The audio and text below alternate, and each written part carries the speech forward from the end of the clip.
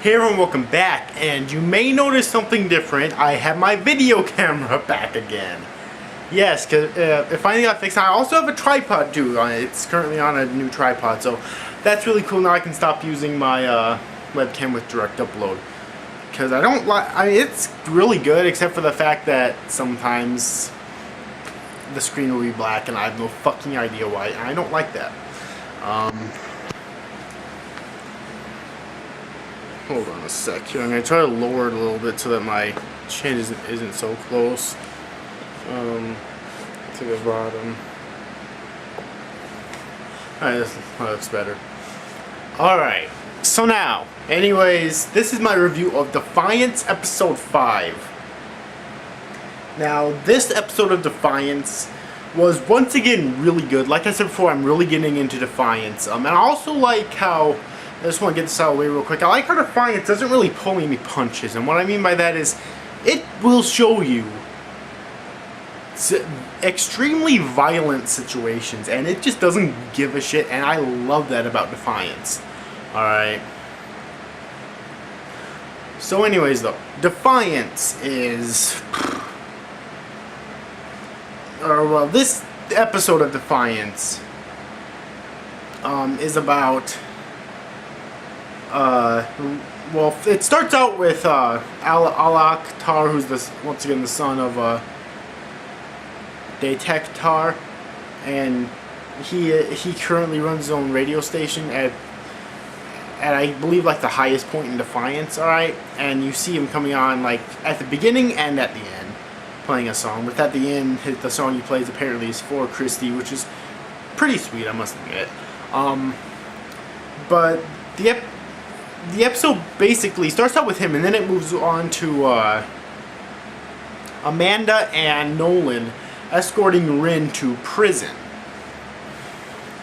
Alright, and there's a few others in the vehicle that they're in, which includes a priest, or at least we think he's a priest. It turns out later he's probably not. It turns out later on that he's probably not a priest, because he turns out to be one of the main, or probably the main antagonist of this episode.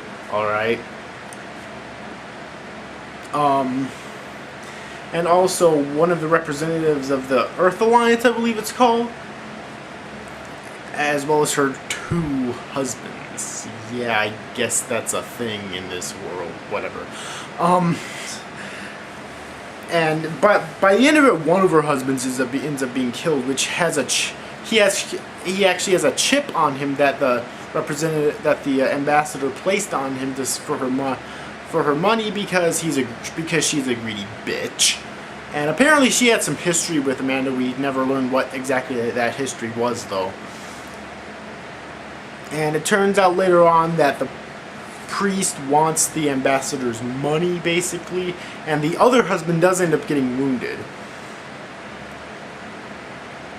And you know, it's really cool. We also, because Arissa stays behind, so there's also a plot about Arissa finding this man. I forget what his name is, but he kind of looks like a Castian. I'm not sure if he is or not, but with his skin color and hair color, he kind of looks like a Castian.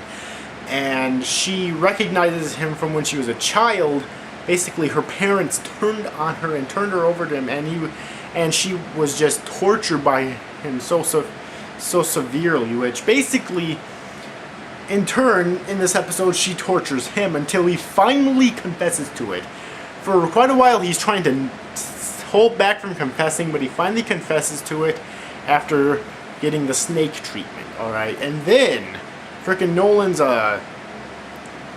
warden man, I forget what his name, like Tommy, I believe his name is? Yeah, Tommy.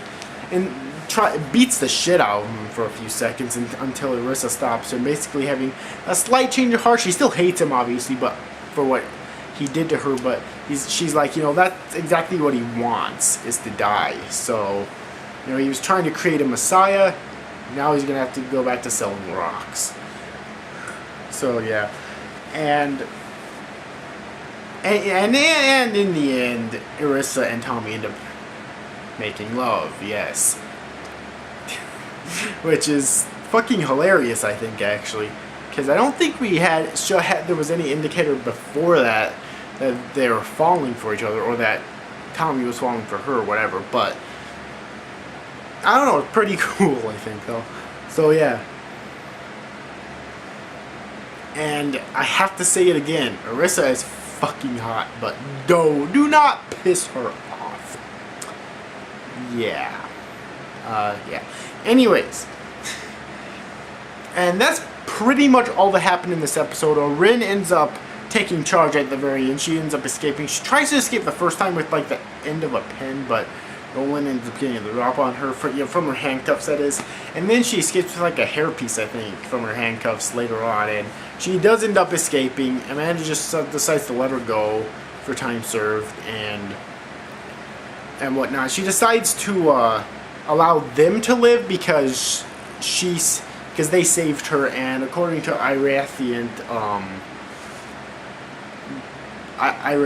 code, if an Irathian is saved by someone, that person who saved them will not be allowed to die. I guess it's like a debt sort of thing, which makes sense. So yeah, but anyways, though, that's pretty much all that happened in this episode. It was really good once again, though. Defiance keeps impressing time and time again, in my personal opinion, and I can't wait till I get to episode 6. So yeah, but anyways though, overall, I hope you enjoyed this review, guys. See you after, guys. Thanks for watching. Bye bye.